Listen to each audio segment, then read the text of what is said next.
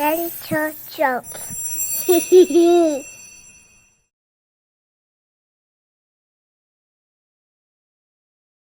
Hey, what's up, people? Here I am trying to drive this whole program once again. Welcome to another episode. This is, I think, episode 9 of Quality Comedy Time with Quincy. I am your host, Quincy Carr. Thank y'all for tuning in. It's going to be a lot of fun today, and I can't wait. We got a great guest. This is like this whole month of June, like all my guests have been currently out of the city of LA. So I've been on a 3-hour time zone coordinating with them, but they've all been pretty dope and they've all been extremely great guests. And I'm just happy to be back and breathing once again. I don't know, some of y'all is getting your pandemic unemployment insurance, but if you're like me and you're sick of calling, the only 2 numbers that you can call, and by the time you hit all those touch tone buttons that say, if you need this, press this. If you need this, press that. And then you finally get, if you just need to talk with a customer service rep, press this. As soon as you press it, I'm sorry. I am so sorry that you have waited all this time. But all the phones are busy, so you're just gonna have to call back. And then they hang up on you. So that has been what I've been going through. So y'all hang in there. And if I get some information on that, I will share that with y'all. Now, the one thing I can't wait to share back with everybody is the ability to be in front of a live audience again. That is one thing as a comedian. I know we are starving for that type of attention, to be in front of a live audience once again. So I was thinking of something and I came across this clip, and I'm going to play it for y'all real quick. It was when I was on the last cruise ship that I performed on, and I had a crazy encounter with a person in the audience. Y'all check this out. Okay, but we'll be in the theater tomorrow. You can come back tonight for my late show at 11, but I'll be in a theater tomorrow at 7:30 and 9:30. I'm not done yet. Let me leave you guys with this before I get out of here.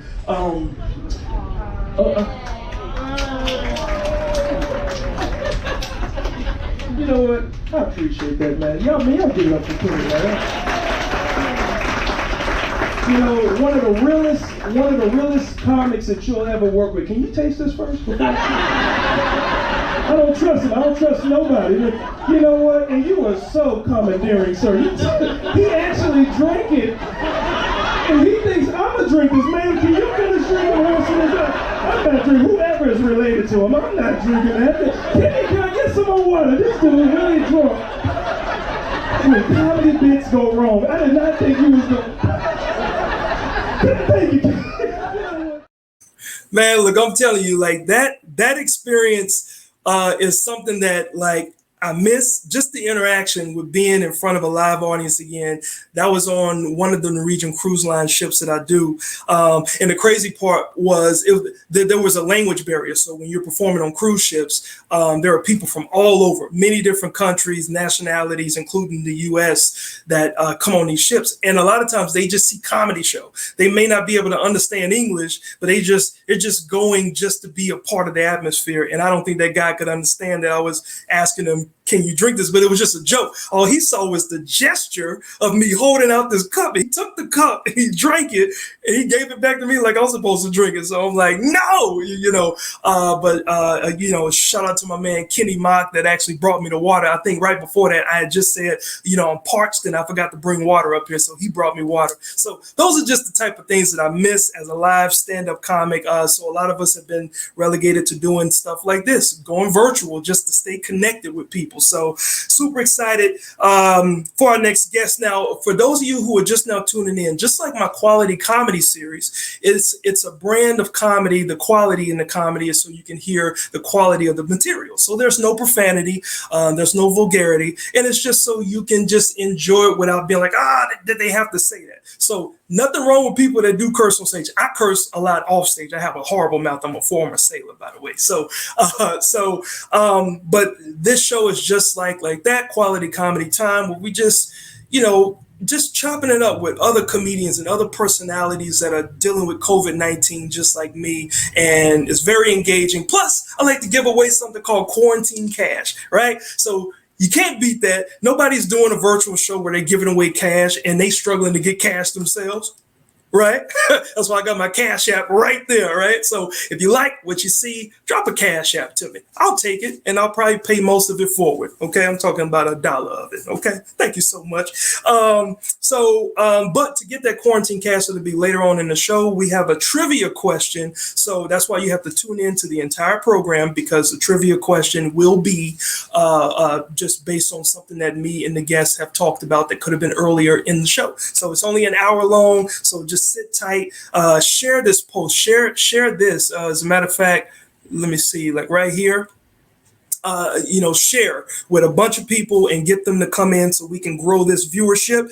And at the end of the show, like I said, we'll even answer a few questions. You get to ask the comic a few questions, my special guest. Now, before we bring in our guests, I do want to recognize today's sponsor, okay? Each show has a sponsor, and this week the sponsor is SoFlo Luxury Bookings. They provide services for individuals, small and large group reservations of luxury vacation homes, cars, and yacht rentals. They're out there in Miami, Florida as well.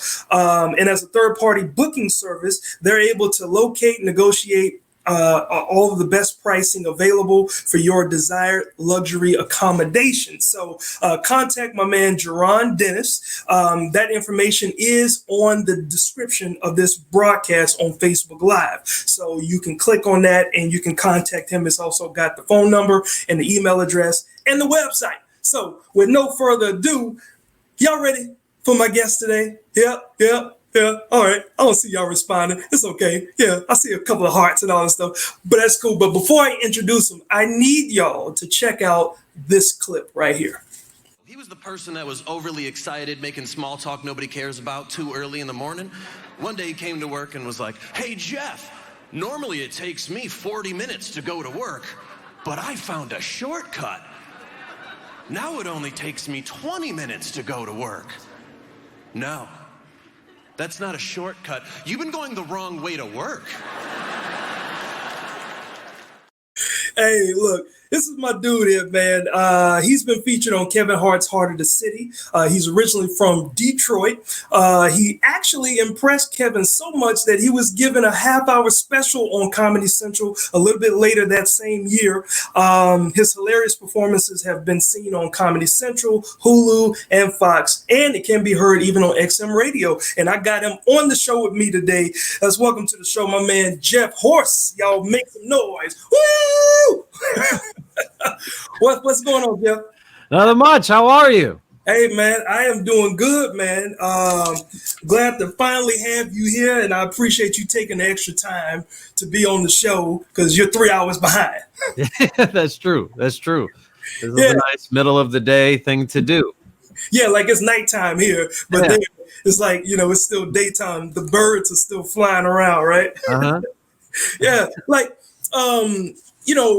before we get into anything, like COVID-19 has kind of had us, in a bit of a trance, just trying to adjust. And I know that you've been adjusting as well. Like anything interesting has happened with you or to you? I know you and your girl are living together. Is that getting crazy? You know what? It actually is not. What's going to be crazy is going back to the real world, because I think between just collecting all this, collecting unemployment and spending these Trump bucks, the regular world. This is, the outside. I understand that the real world is not doing well for everybody. I'm quite aware that the real world is not great for everybody else. But in a selfish way, in only a selfish way, it's going great. Just not having to work and still get money. This is the best. But I mean, when I say work, it's like I'm still doing comedy. I'm still trying to create as much stuff as I can from home.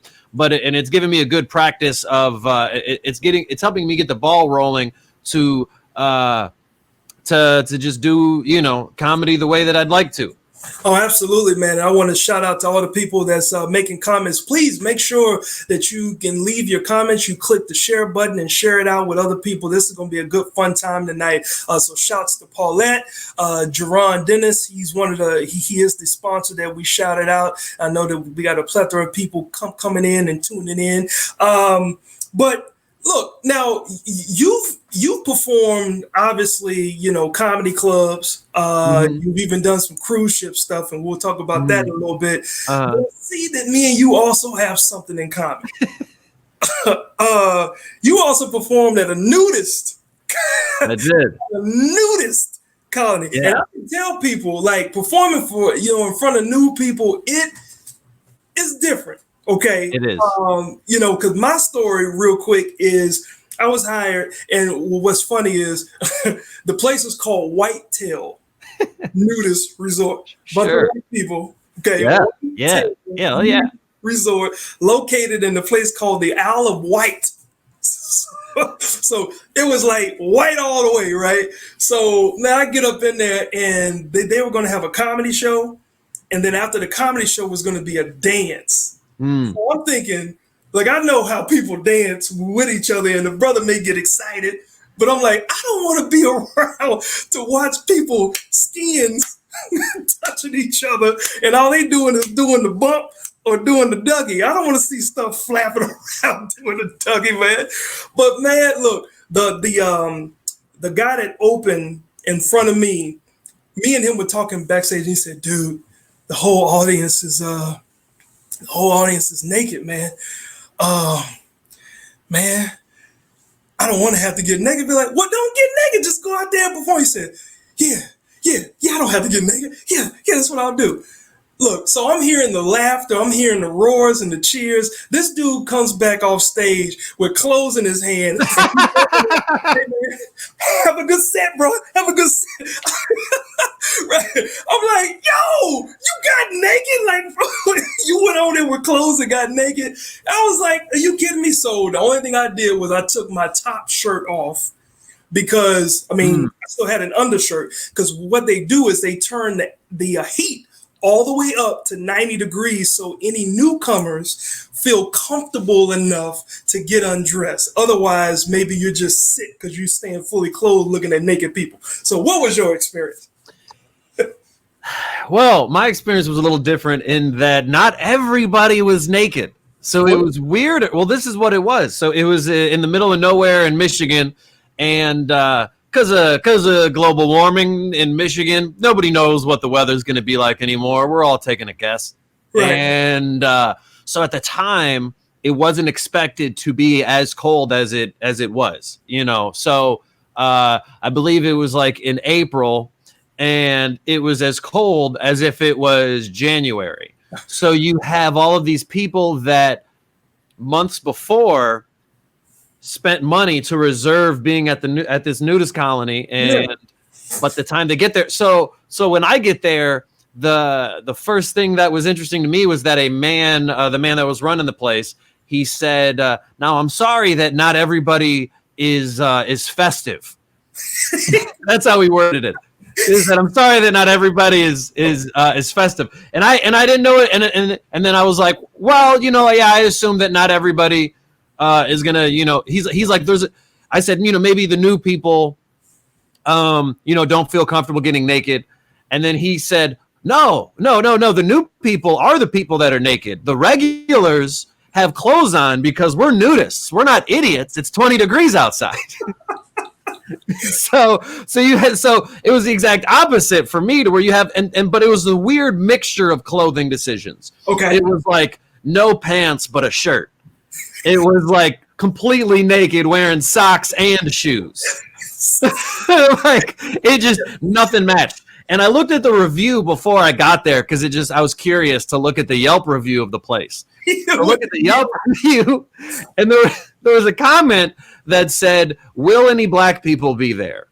And then I realized you could take that two ways. It could be a racist person, or it could have been a black couple that was like, I don't want to be, they just wanted to know if they would be the only ones. Because when I went there was one there was a younger, attractive black couple. Yeah. And then the whole time I had to kind of just look at them of like, if it didn't feel right. Like, there was such an age gap between them and the rest of the people. Yeah.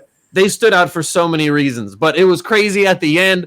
The weird thing is that I felt the love that these people have. You know what I mean? Because like, I'm not a nudist. It's weird. It's like I'm not a nudist, but I get it. You know what I mean? Like when you at the end, there was like an 85-year-old naked couple just dancing with each other. Is there anything more love than that?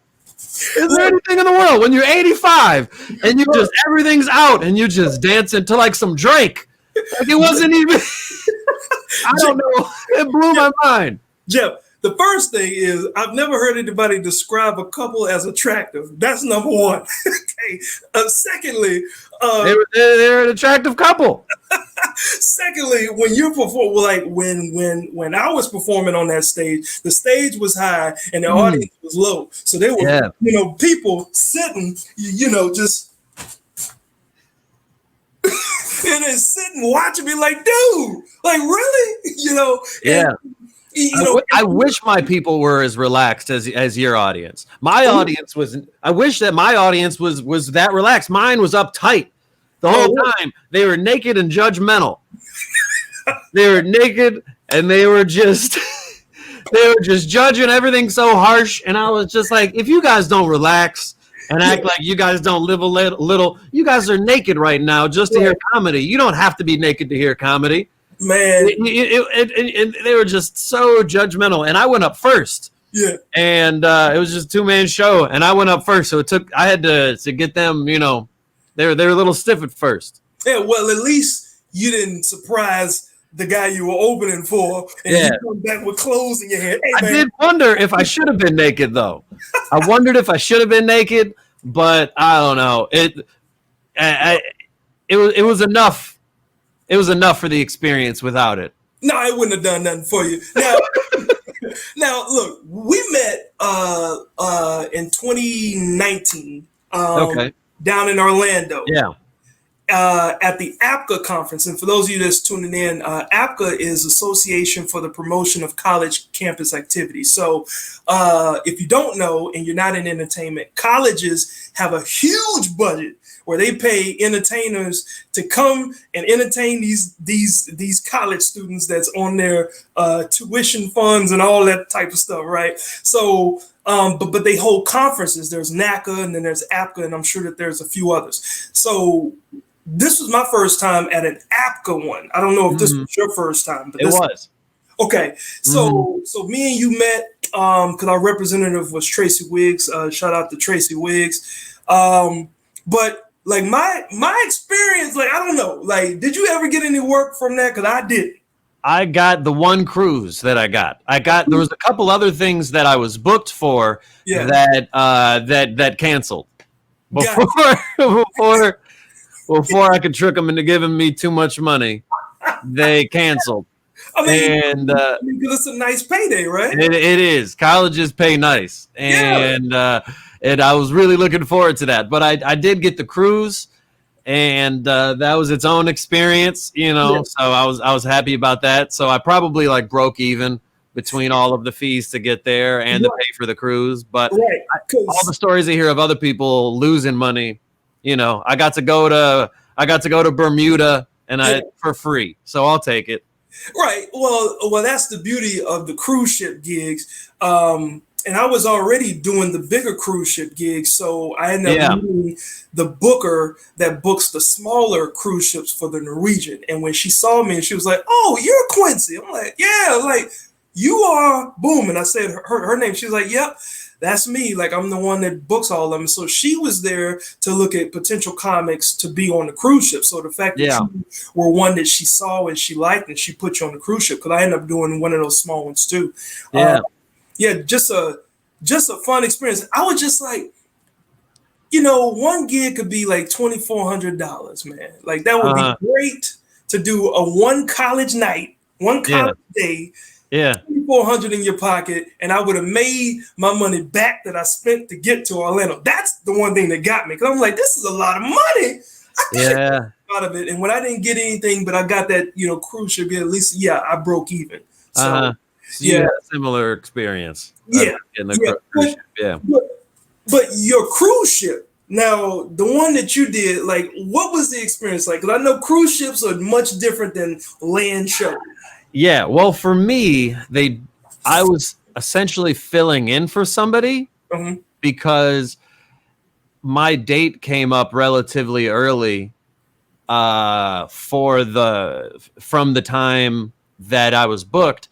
And people apparently working for months, it might work 6 months consecutively. So they're used to a lot of the same performers. They don't have to redescribe, the work day for these people. Yeah.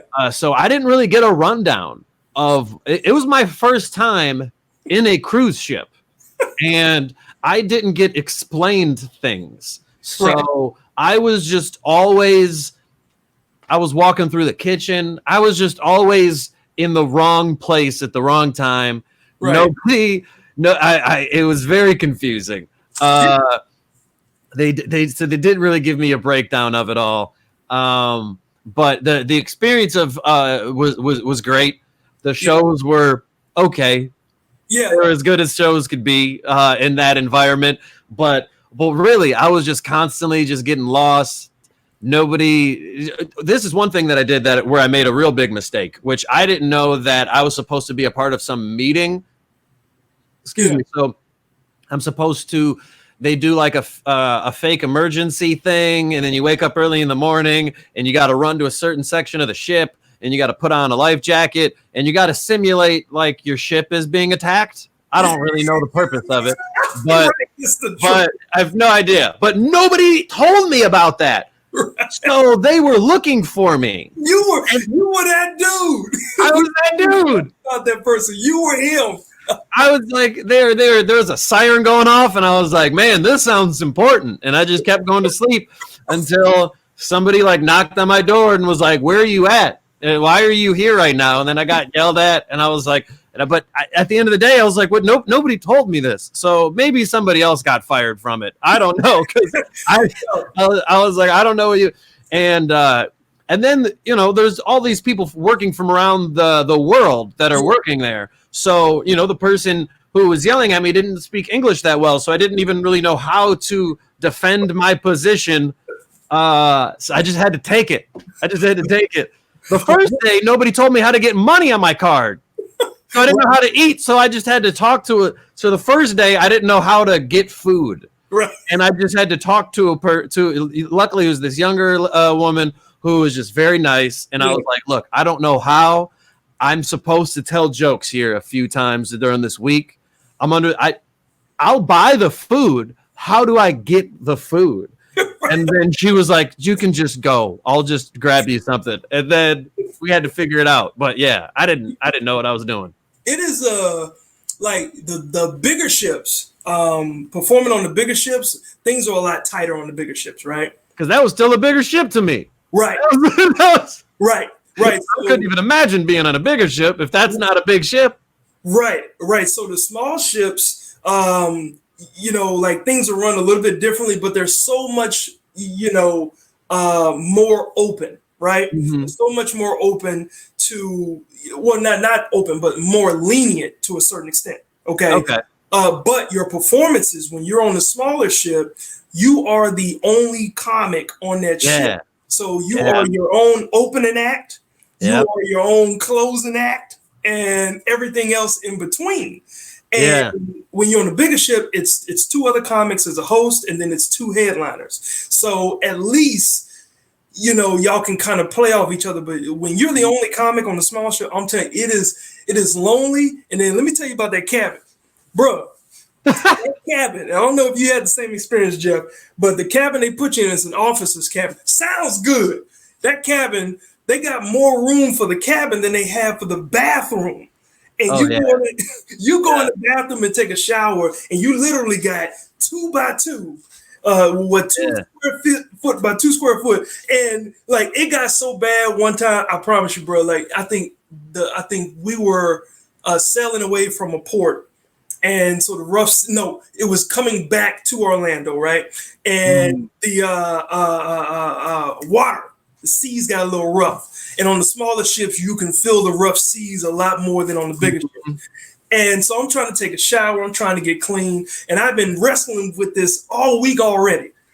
And that shower curtain, it comes and it just caresses you and then it gets off you. Bro, I'm sitting in there and I got so fed up, Jeff.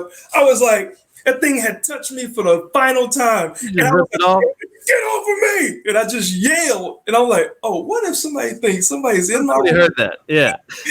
I was being attacked. It was a shower curtain. It was molesting me, man. I'm like, those small ships, they don't really put you in the best rooms. The bigger ships, if you do get an officer's cabin, at least the bathroom is not as small. But sometimes they put you in the passenger cabin. So yeah, I made friends with strangers. I met two very nice older ladies that had an all exclusive package for the drinks and whatnot. And I think I was supposed to be getting a discount, but they just paid for unlimited for the whole week. Yeah. And so we became friends, and they just started feeding me drinks and started being like, do you want some food? And I was like, I'll take whatever. And then, so they took care of me because I had all these complaints of just like, I was like, is that internet? I don't know how to, all the other people that work here got the internet, but none of them know how they got it because they hooked up their Wi-Fi 4 months ago. So they don't even remember anymore. So I'm like, if I would have given up if you just told me there is no working internet. But if you tell me I know there's a way, well, now I'm going to have to ask every single person that works there. So eventually, a few days in, I figured it out. But I had a great time. Derek is saying that mustard drill would do you in every time, brother. Is that what it's called, the mustard drill, Derek? Is that what? Yeah. Like those drills will get you, and a lot of times the communication is bad, man. But it's good that you got that experience and stuff. Now, you now live in LA, as I mentioned. But you come from Detroit. Now, this is one of America's blackest cities, right? What was the decision to pack up and get out of there and leave and go to LA? I had pretty much doing comedy. Eventually, the decision for a lot of people is, there's Chicago, LA, and New York, and there's a lot of other great cities, as well. There's Atlanta. There's a lot of other places, more so now than when I started. It pretty much was the understanding of at some point you would have the idea of moving to LA or New York. And for me, I just, I had a lot more comedian friends that lived in LA. So the credits that I got on Comedy Central, though, that was filmed in LA. The half hour was filmed in LA. And then the connections from those people were out in LA. And all my best friends and my best comedian friends lived in LA as well. So between that, New York just didn't mesh. I get lost too easy in subway. I get lost at the level of other people tell me that I can't. Okay. And I know that I can. Like I already have before. Like they're like, oh, you're not going to get lost. You just take this train to this train. Right. And you just look at your phone. And then, they'll give you half of the instructions, but they won't tell you, oh, after 10 o'clock, you can't take that train anymore. Or it's closed on Thursdays. Or like there's all the. I only get lost in New York, and I hate terrible weather now. I'm never going back again. If all of comedy got up and left, I'm just going to be an internet comedian then. I'm not going back to bad weather ever again. Hey, real talk. That's what a lot of comics that weren't internet comics before. That's what we've had to, adjust to being. Yeah. And, okay, look, I can't perform in front of people anymore, so I gotta get out there the best way I can, and virtually is that way. So it's interesting that you were talking about that, because I know like visiting New York is very fast paced. Like the jokes have to come fast in New York, right? In LA, you can more slow roast and maybe tell stories and premises a lot easier. Did you find that to be the same for you? I didn't for me, because at least coming from Detroit, I definitely had a lot more stage time. So to me, it was still short. With less stage time, I did still feel like, maybe compared to New York, LA might feel like that. Okay. But just LA compared to Detroit, you definitely still just have to get to the punchline. There are some people that might perform the jokes a lot more, just with a lot of actors and a lot of people using comedy for other things other than just pure stand-up comedy. Absolutely. but I felt like, I kind of had to view everything of like just getting right to the point of it all, of like get to the funny of it right away. Well, it's interesting, and we got a question. First question. It's actually my wife. She was asking, how do you set yourself apart from other comedians in LA? That's interesting. I guess I don't know if it's just LA as a whole. I feel like I just have a unique of enough of a perspective and background that as long as I continue to try to just be the most of myself that I can be, the more that I will just naturally kind of set myself apart from other people. I'm not the only white guy that tells jokes for a black audience from time to time, but I do feel like there are less white comedians that don't come off as pandering, or that don't view it almost as like a dare, where it's like I'll tell people that I like, if that comes up in conversation, they'll be like, oh, I can do, their eyes get big and everything. And I'm like, okay, yeah, no, it's not a thing like that. I'm telling jokes to other human beings. Like, relax. I don't know what the hell you think this is, Well, look, now that's interesting, because let's talk about your first national TV appearance, and that was on Kevin Hart's Heart of the City, right? Yes. Which is obviously to a predominantly black audience, you could say, and you were one of the comics in a black city, Detroit, that was chosen to be on the heart of the city. There was only 4 total comics, right? Mm-hmm. And you were one out of many in Detroit, man. So, like, how did that happen, man? Because that's pretty dope. Yeah, that was really cool. The producer of the show kind of reached out to, just different people from, each episode is a different city. So he reached out to different comedians in Detroit to host, an audition.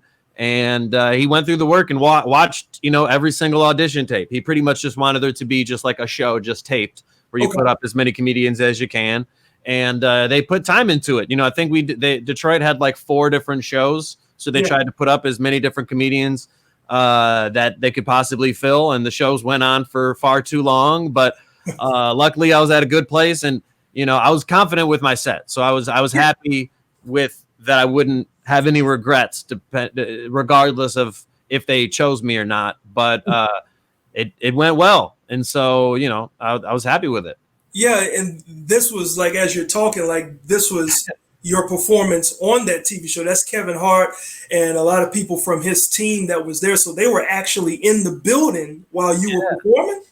Yeah. For Heart of the City, I did season 2, and I know they've adjusted a little bit each time. They also have an interview as well. So the show starts off with like a roundtable interview with Kevin interviewing all of us, and then it goes into each of our sets for for a little bit, and so it was cool. We got to chop it up with him a little bit, and then him watching our comedy was a crazy experience. Right, and then from there you get the opportunity of a lifetime. With a lot of comics are looking for that half-hour special, and then it was on Comedy Central, man. So it was like, like when you got that call, obviously this is some footage from that, you talking to Kevin right before you go up on stage, man. But like, did he reach out to you personally, or did someone else say, hey, we like what you did in Heart of the City, now we want to give you your own half-hour special? Yeah, he didn't reach out to me personally. It was somebody, it was the same producer from the Heart of the City show. And it was of a similar styled show. It was, where Kevin interviews me one-on-one to start with. And I believe in that clip, we were talking about the nudist colony show, and he just couldn't get over that. And so we talked about that for a little bit. Yeah. And then I did so the half hour is broken into a couple minutes of an interview with me and him, and then the rest of it being the half hour special. And that was filmed out in LA. So it was a cool experience all around to come out to LA, where I was planning on, thinking about moving to begin with. Yeah. And being able to start with that type of a credit to go into the situation definitely made everything a lot easier to move out here. Absolutely. And you mentioned, obviously going out there to LA for that opportunity, but another opportunity comics usually get following that is acting. Like, so are you into acting, or you just a comic that just want to do the stuff? I'm trying to get into acting. I've got, like a commercial agent, so I'm doing some auditions here and there. Oh, you big time. And haven't gotten anything, so I don't know what the scale is. If that's big time, I don't know what actually getting paid to be in an acting means. Right.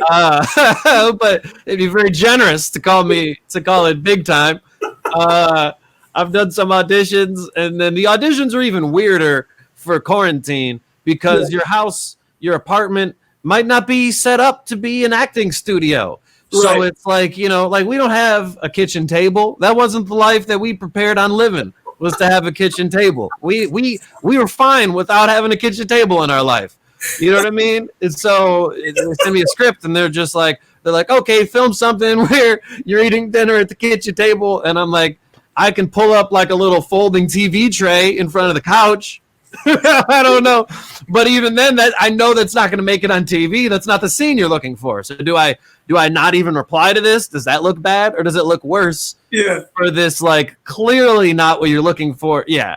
So the auditions have been a little bit weirder in the quarantine version of it. But I don't think it's just you that don't have a kitchen table. Like my brother and his girl, like when I went out there to visit, it's not a kitchen table either. It's like straight couch. So that's an LA thing, I guess. It's like, we don't sell kitchen tables in LA. Maybe that's it. Couches and TV trays. So if you have to audition and we ask for, kitchen table, you're probably going to get the job. Yeah. Because we know who we want to send that has kitchen tables. So, you know what? Speaking of kitchen table, let me. Speaking of kitchen table. Yeah, like this is a horrible transition. Like I was like, are you about to sell a kitchen table? Let me set the scene up. No, Jeff, look.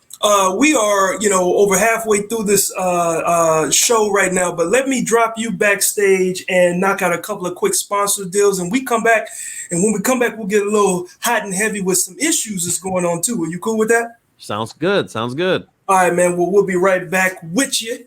All right. So, folks, so far, thank y'all for tuning in. I appreciate the comments. I appreciate the questions. Y'all be sure to hit share because there's going to be another quarantine cash giveaway a little bit later tonight. So if you guys need a little cash, I'll send it to your Cash App. I'll send it to your PayPal. However, we just want to keep helping as many people as we can. Shout out to my sponsors. As I mentioned earlier, SoFlo Luxury Bookings. Contact my man Jerron Dennis for luxury boat, car, and home rentals when you're down in Miami, Florida. I know people like to look big time when they're down in Miami, so he can be the one to help you out. His information is in the description on this broadcast on Facebook. So just go to that description. You can click on the link and you can call the number.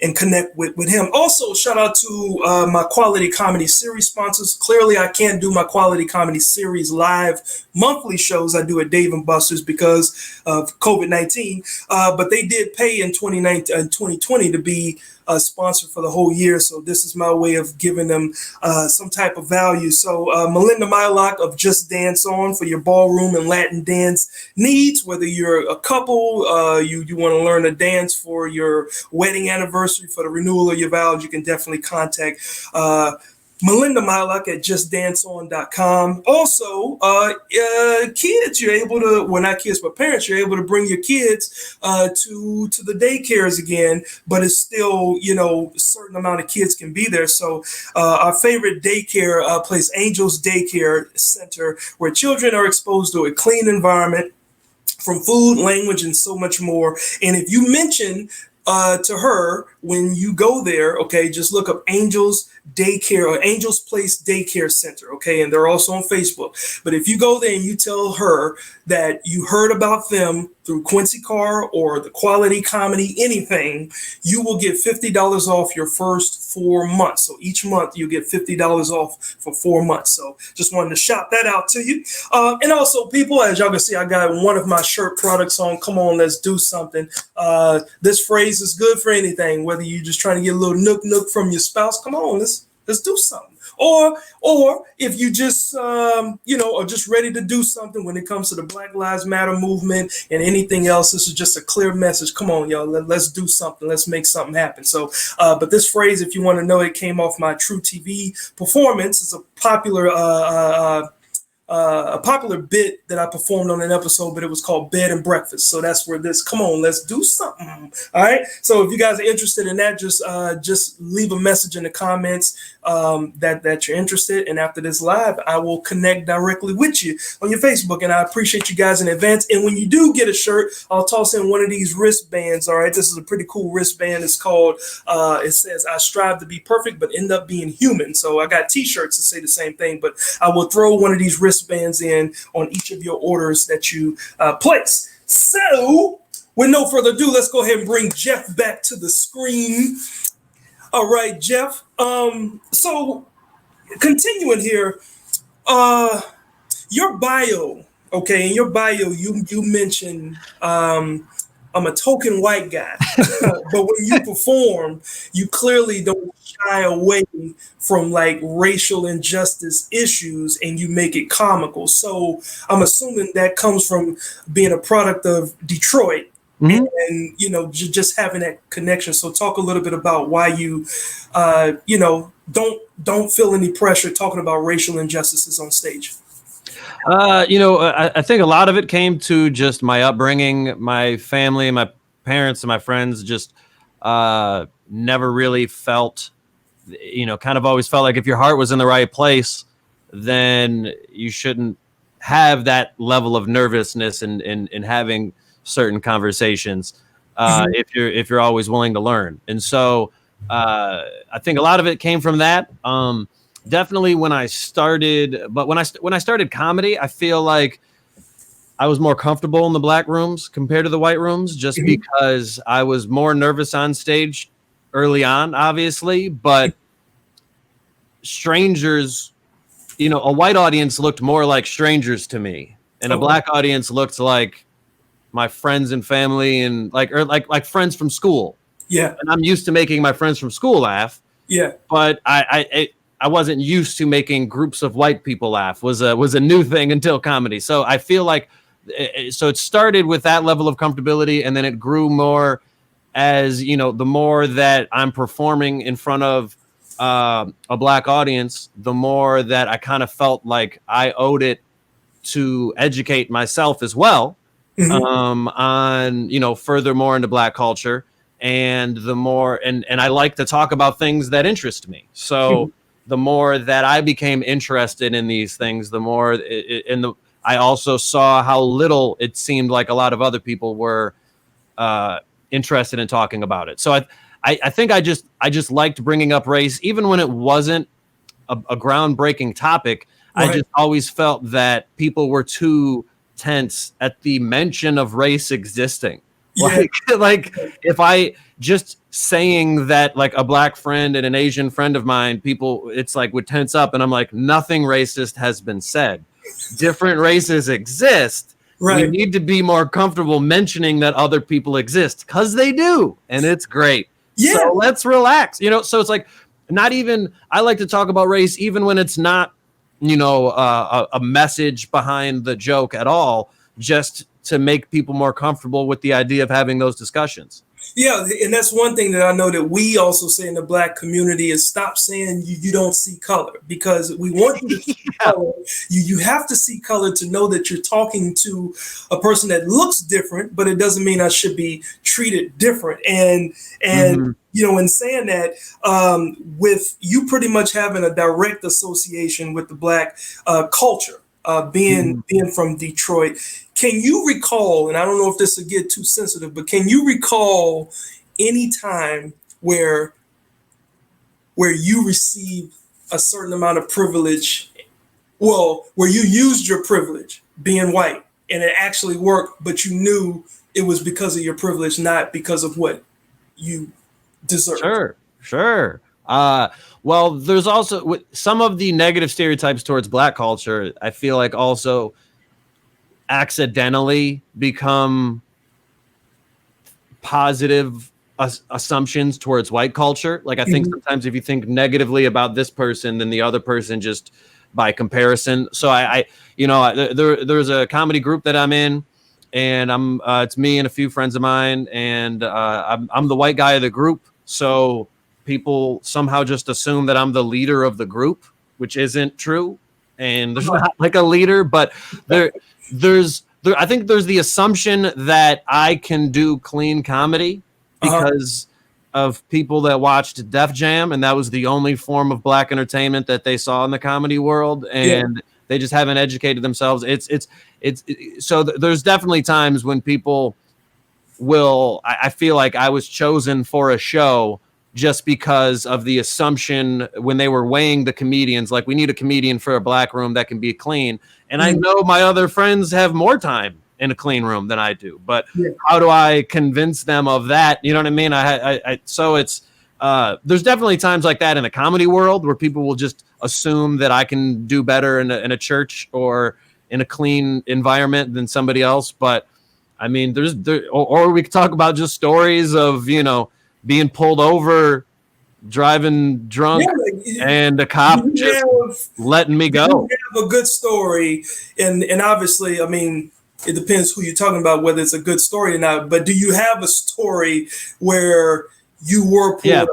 Because I know, talking to my friends in comedy, many of us have been pulled over many times, and all of our stories seem to have the same feeling. Like we all have nervousness, we all put our hands on the steering wheel, we all are letting the officers know, now I'm going to reach for what you asked me to present to you. So, so do you have a story that's different from that? Oh yeah. So I was pulled over. It was a red light and it said no turn on red, but there was I didn't see any cars around, and I don't even agree with that sign.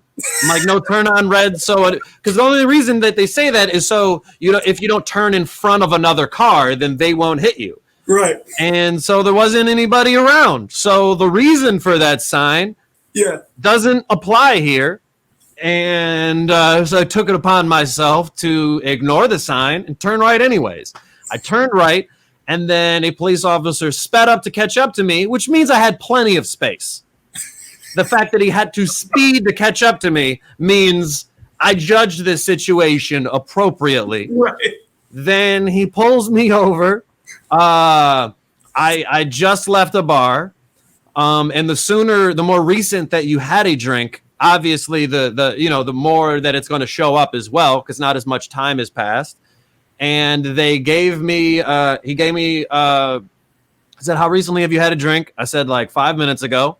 Yeah. And which apparently was the right answer. And he's like, oh, well, it was recent then. Okay. He gave me a breathalyzer. Right. The breathalyzer said that I was over the legal limit. That should be it. He said, okay, but you said you had a drink recently, so we're going to wait like another 5 minutes or so just to see where it's at right then. Right. And I'm like, okay. So then he's like, just hang out for a little bit. So I'm just hanging out like, okay, do I think of some jokes to get this guy on my good side?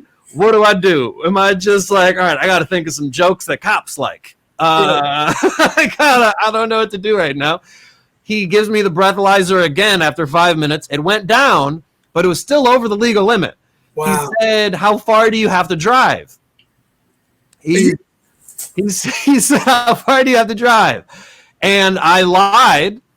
And I said that a friend of mine, and I'm glad that he didn't follow me to the street. I don't even know why I lied, because it wasn't that, to be honest, it was like maybe it was like a 10-minute drive, at the most. I guess I would say it was a 10-minute drive, but that seemed too long. That didn't seem like the right answer to get out of this situation. Yeah. So I said, oh, actually, I'm right around the corner right there. One of the first houses down that side street right there. Yeah. And then he didn't even ask me what's the name of the street. Wow. I just pointed to a street and it was like, that street over there. And then he was like, okay, well, since you don't have that far to go, you're free to go. Just make sure you're safe for the night. And I'm like, okay, thank you. And then I just drove away. Hold on, Jeff. Yep. So two things about that story. Sure. One part of that, when the cop was, giving you this reprieve, right? And I mean, especially, well, let's just wait 5 minutes. Did you realize or still not realize that you had a sense of white privilege? Oh, I knew it while it was happening. Okay. I felt like I knew it while it was happening just from stories involving my friends that have of the experiences that they've had and experiences that my brothers had, you know. So my brother is always, he's had cars that stereotypically, if a police officer would make the assumption, a black man might be driving that car. So my brother had had a Cadillac at the time and had the legally appropriate amount of tint in his windows. And he got pulled over. And, these are stories that he was telling me all the time of like how much more he got pulled over than me in my Hyundai Sonata versus him in his Cadillac. And so one time, and I was in the back seat one time with my brother where they asked him, he gets pulled over and a black friend of his is in the passenger seat. The police officer asks my brother, says, "Is everything okay?" Wow. You pulled me over. You tell me if everything's okay. What do you mean? What do you think this guy's kidnapping me from the passenger seat? What do you think is happening right now? And so I've heard of stories of the way that other people have been treated by the police, and so it does amaze me to think that an entire race of people is all lying and exaggerating. If you want to think that a couple people are lying and exaggerating, that's human nature. Some people are going to lie. Okay. But to literally think like it's because, I'm not going to put a number on it as a white man. All I know is that every black person that I've ever met has at least one story of either police harassment and or racism in the workplace. Right. Definitely one of those two things.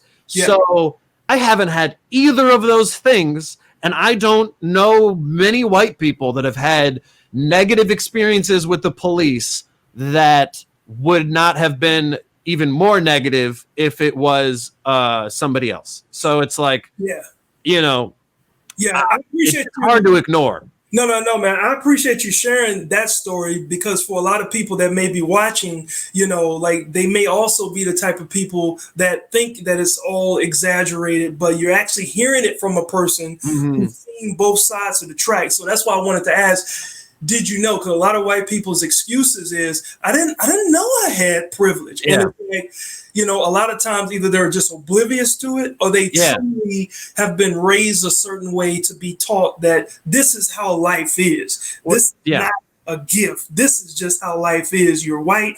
And if you ever have an issue, it's always going to work out in your favor if you follow these rules. Boom. Versus them. So I think they think that something is taken away from them to admit that I've received any special treatment. But I think that some people are viewing it the wrong way, that it's not necessarily the benefits that we get, but the benefits that you don't get. It's not extra things given to me all the time necessarily, but the things taken away from you. So people are like acting like white privilege is a check that you get in the mail that's labeled, here's your white privilege check. And it's like, and it's, I stare at the mailbox and I just wait every day. It's, so because of the way you operate, which I think is dope, because you're very unassuming in the light of if somebody saw you, they would not think, oh yeah, he probably knows a lot about, black folks. But because of, I guess, how you carry yourself and how you talk about things on stage, you created a pretty cool deal called, I think it's called Roast. It's called Roast the Post. or yeah. Roast this post, yeah. So this is when, and these videos have taken off, by the way. Some have gone viral, couple of thousand, couple of, like 20,000 views. But talk about, like what these posts are about, like the sidewalk Karens. Yeah. The sidewalk chalk Karen. Like, talk about that type of stuff. Yeah. So, I think, people heard the term Karen, probably a few years ago, and it almost, in the comedy world, it almost started to seem like a hacky punchline until they didn't stop. The world kept on continuing, providing us videos of entitled white people being angry at situations that they should have had a lot more patience with. Right. To keep it polite. And so, that video specifically was a video of a Filipino man who lived in a wealthy white neighborhood. And the assumption was that he didn't belong there, that if he's writing chalk on his own property, there's a white couple who's assuming that he didn't belong there. And that, so each video, I kind of try to pick videos that I think I can find at least a small point to point out. So for that one particularly, I wanted to point out that it's, a racist thing that we hear a lot is people blaming black people for living in neighborhoods that have poverty. So they're like, well, why do you live in that area if it's so bad? And then you see somebody that moves to a nicer neighborhood, and there's racist people that will assume that they couldn't possibly afford to live there. So, it's something has to change of just the awareness, or these situations are just going to continue happening. So I wanted to, for roast of this post, there's a lot of racist things that we see, either whether it's shared on social media, whether it's specific people, whether it's memes or articles or news stories. And I kind of wanted to, have something where I could kind of cover all of that. Yeah, and I think that you're doing a tremendous job, because you actually watch, because some of your videos are like 10 minutes long. And it's hard for me I just learned video editing, and then sometimes the more that I look into something, I'm like, oh, well, how do I not mention that? And so I end up making them a lot longer than I want to at times, but they're long, but because of how you're delivering your content, and you're not just speaking rhetoric, like you're using factual videos to drive home your point in that post. And you look up, be like, I just watched this whole thing. People are trained to just look at a minute, maybe 2 minutes. So just the fact that you've been able to capture a new audience with longer videos, number one, but two, you're hitting them. And I know that right now, racism is a huge topic. So if you hashtag anything black on black or Black Lives Matter or racism or whites and all this, then it's obviously going to garner a lot of attention. But people will either click on it and leave, or they'll click and they watch, and then because you start getting the comments. So what have your comments been, and do you fear your fellow white delegation coming after you? That's already happened. That happened a long time ago. That happened just from posting jokes. Like a joke, I did a joke about FUBU. I posted a joke about FUBU. And people that are too young to know that FUBU stands for us, by us. So when I made a joke about that, of a white guy that I went to school with who was wearing it, it was a simple, silly joke of like, that's not for us or by us. And there were people that messaged me privately that were like, oh, so you're saying we should just go back to the Jim Crow laws and we shouldn't be able to choose what we want to wear? And I was like, I don't even think you know what FUBU stands for. I think you're 12 years old. And I think you need to relax and Google something before you yell at a stranger. And I get a lot of once a day I read some negative comment or a direct message. This morning I read one where a guy said, what about white oppression? And I think I responded, I typed all capital letters, ha ha ha. And then I responded, Well, for the white oppression, I think we should just stop oppressing ourselves then, right? Like, isn't that like? I don't think you know how oppression works.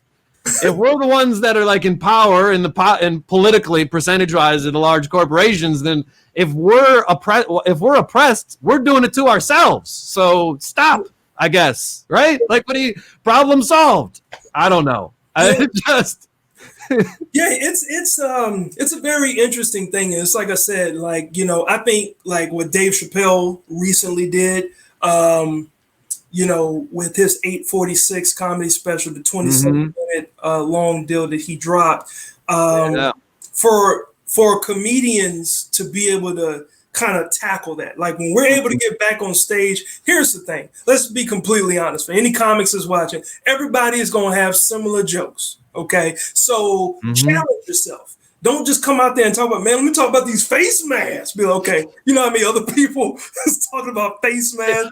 Man, yeah, let's talk about this corona. Like find a way to delve deeper, because we've had the pleasure, okay? It's not maybe that's the wrong word, but we've had the opportunity of kind of being sat down because of the coronavirus.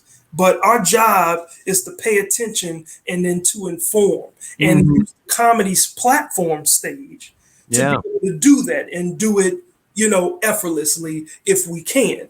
Dave Chappelle is that example of a person that even before this, as he said in his special, he's always made statements and talked about racial inequality. So it's not that he hasn't spoke up. As he said, y'all don't need me to speak up. Y'all, the streets are already talking. It's already talking. Yeah.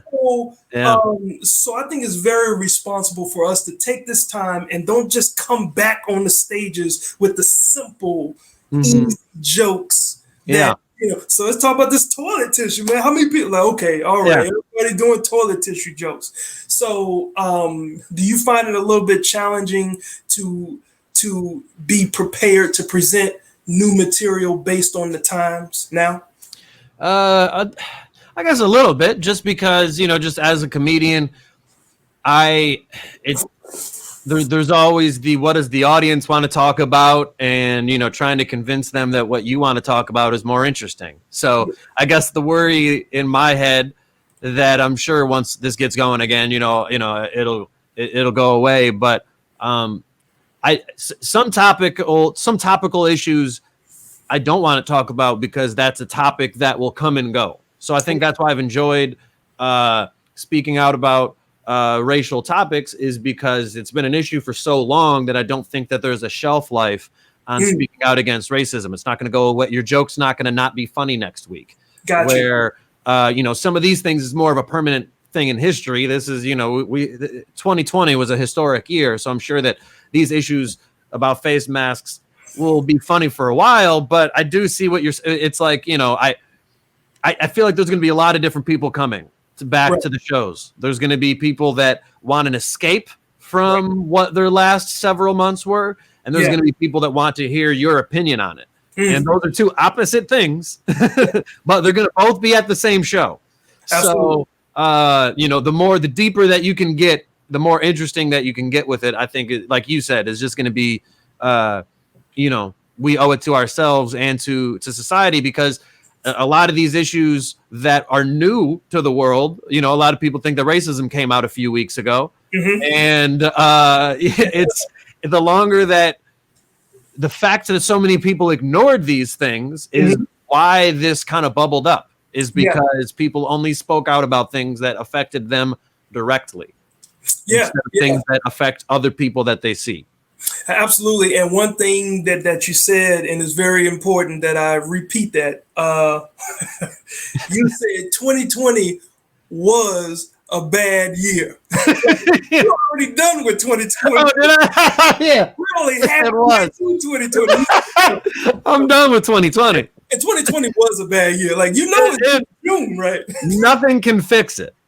Right. It doesn't matter what happens going forward. Right. There's a 0% chance. Like the radar would be like, there's a 100% chance of rain or whatever. You're like, oh, there's a 0% chance that this will be a great year.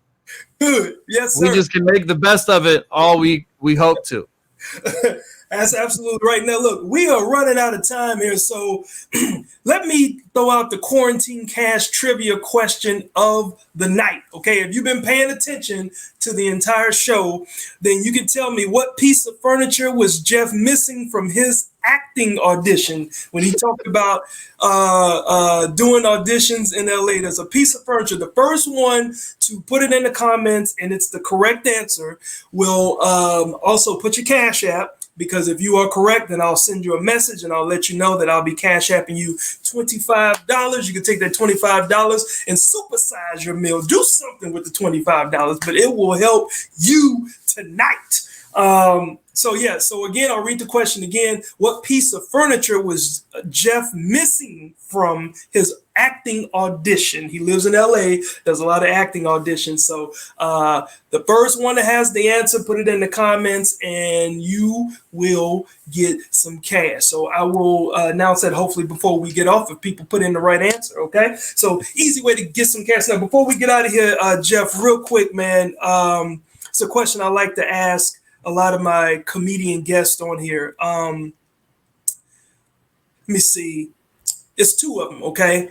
So the first one is, at what point as a veteran comic, because you've been doing comedy for about a decade now, at what point as a veteran comic do you get frustrated if you're not that dude? Everybody wants to be that one, the Amy Schumer or the Kevin Hart. Everybody wants to be the one that's on top. So do you get frustrated or not frustrated and trust the process? I don't get frustrated. There are things that I get frustrated with, but I think I don't think that's specifically one of them because I enjoy the process, and I listen to a lot of other people, and there's a lot of comedians that have regretted just not being in the moment enough during these years that I'm currently in, and so. You know, I think of some things from the perspective of, let's say somebody offered me to do a Netflix hour today. Would I be happy with what I had to offer? If not, then what are you complaining about? Right. You know what I mean? Like so many times we get upset that we're not presented an opportunity that we're not even ready for. So I need to, before I'm in a position to complain about not being that guy, I feel like I have to put in the work that I haven't put in yet. And so I'm still enjoying the journey, enjoying the process. And, there's definitely things that I do get frustrated with of just the politics of, having to wait 3 hours at an open mic to hopefully be able to do 3 minutes. But what humbles you is just seeing, you're not the only person in line that's done something. There's a lot of other people in line that have done a lot more than you, have done comedy longer than you. And it's the same process, especially out in LA. It's the same process for everybody. Everybody has to wait on that line. Yeah, and it's not a lot of comics who have TV credits. Like your TV credits in any other smaller city would be like, oh my gosh, Jeff is here. But in LA or New York or Atlanta, it's like, okay, and? Yeah. We don't know you around here. Yeah. You ain't big around here. Yeah. I've been in a position in the bigger cities where, I'm about, it wasn't like an open mic night, but it was like a bringer show. Mm-hmm. And I was a person from out of town. So I was blessed to even get the shot on stage. But all of a sudden, some major TV comic, Chris Rock or somebody comes in and they're like, excuse me, this guy do about 35 minutes on stage. Sorry, you're getting bumped. So that's the reality. So for a lot of comics, that was a very mature way to answer that question because everybody wants to be the person and everybody can't be the person. So that's a very mature way. Thank you. To answer that. And the final question here of the night, this is always a very interesting question here. What did you ever wish regarding how your comedy career would end up? Ever wish? I mean, my first goal was just to have my photo on a flyer. Yeah. So I thought that was making it. People are coming to see this person specifically. Right. That's crazy. Right. So I already did that. I'm done. Yeah. But someday, I'd like to be just in a place where I can comfortably rely solely on doing comedy, not have to worry about walking dogs or Postmates or any other side money to scrape by. And I'd like the opportunity to have just crowd. I want to fill crowds of people that I want to be in a position where my opinion matters. And oh man, like this is a serious question. Hold on. So you yeah, you walking dogs? Yeah, I walked the dog earlier today. Oscar and Nano. Well, yeah. Oh my God! Walking around with a face mask and everything. Yeah, the dogs didn't have a face mask, but that is hilarious, man. This man said walking dog and Postmates, so you won't have to do none of that no more, man. Yeah, that's real, man. Oh my gosh, that was probably the funniest answer to a very serious question that I've ever heard in my life. Yeah. So you want to have to walk dogs anymore, yo. Hilarious. Look, Jeff, man, it's been my pleasure, man. And like I said in the beginning, you are one of my comedy brothers. I enjoy watching what you've done and what you're going to be doing because you're still young in the business and there's a lot of tread, as a lot of the big time promoters and people like to say. It's a lot of tread that we can get off. Plus, you have a little privilege, Jeff. So don't forget about other folks that may not be able to just drive around the corner after breaking the law 17 times. Like, don't forget about us. Look out for us, Jeff. You have that power, bro. Hey. Trying to guilt you into being like, okay, I guess I'll use my whiteness credit card. Here you go, Quincy. Whiteness credit card. It's an all-white credit card. There's not even numbers on it. It's just an all-white credit card. Like, there you have it. There you go. You don't even pay back. You don't even pay off the balance. It's just they pass it on to other people. You got it great. No, man. Look, thank you very much for joining me on Quality Comedy Time. How can the people follow you? Because there's a lot of folks that tuned in. A lot of people that may not have even known that you exist. So how can people follow you and follow your Roast This Post videos? And I'm at Jeff Horste, Horste, on all social media. So I have a fan page on Facebook, Instagram, YouTube, and I'm at Jeff Horste on all of them. And then so I post the Roast This Post on all of those as well. So I got what. My website is jeffhorste.com. Yeah. So you got a unique enough last name. You don't got to put comedian 1, 2, 3, whatever. I don't have to make it something crazy. So it's not hard to find Jeff Horste. Yeah. Jeff Horste on whatever social media you're trying to do. Right. And that's there. Right. And for everybody else out there, it's not Horsty. Because that's what I said. I'm a community. If it's easier for you to remember how to spell it, I'll just say my last name's Horste. Maybe then you spell it the correct way. As long as, because you got to spell it to find me on social media. So I'll just say it's Horste from now on. It's Horste, yeah. Don't just put Horste because you pull up. You might skip the E, and then that's another dude. That's the dude from the nudist colony. That's that's a different guy. Jeff Horste from the nudist colony. Man, look, it's been my pleasure again, man, and you got my contact number, so definitely feel free to contact me. And I got to get you down here to my Quality Comedy series as well in Virginia Beach. I think you were performing at the Funny Bone when I had a show here last year. So you saw where the show was at, so I would love to have you come down and tear the room apart. Yeah. But yeah, man, thank you once again, man, for being a part of the show. Thank you for chopping it up with me. And we'll definitely chop it up, man. All right. Appreciate it. Thank you. All right, my man. I'll drop you backstage, and then after the show, we can definitely chat, like if you want to. Good. All right, man. All right, people. So that was today's show, today's episode. Thank y'all so much for tuning in, all y'all that tuned in. And as far as the trivia question goes, the question was, what piece of furniture was Jeff missing from during his acting audition? Okay. What piece of furniture was Jeff missing from? That piece of furniture was a kitchen table. A kitchen table. Let's see who got it. I can see a few of the comments. Who said it first? Marcel Peterson, you said chair. No. There's a couple of people that said table.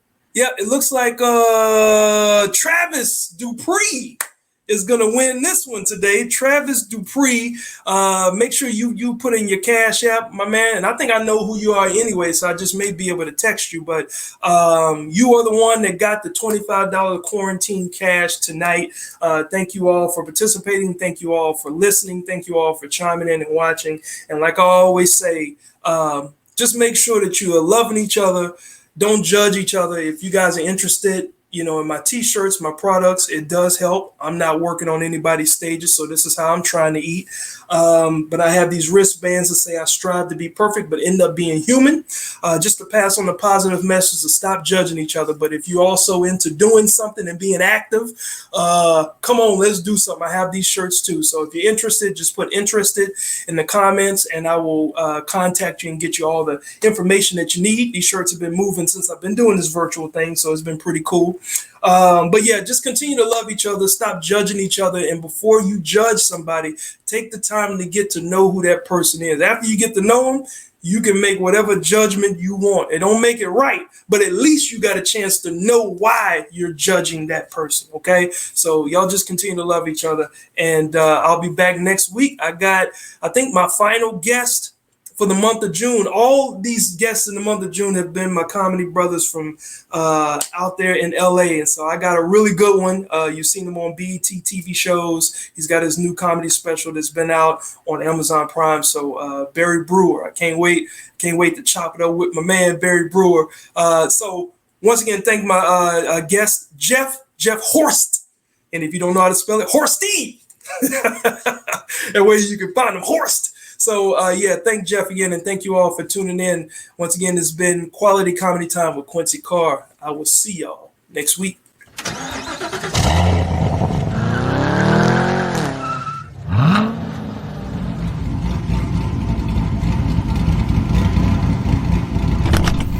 Daddy told jokes.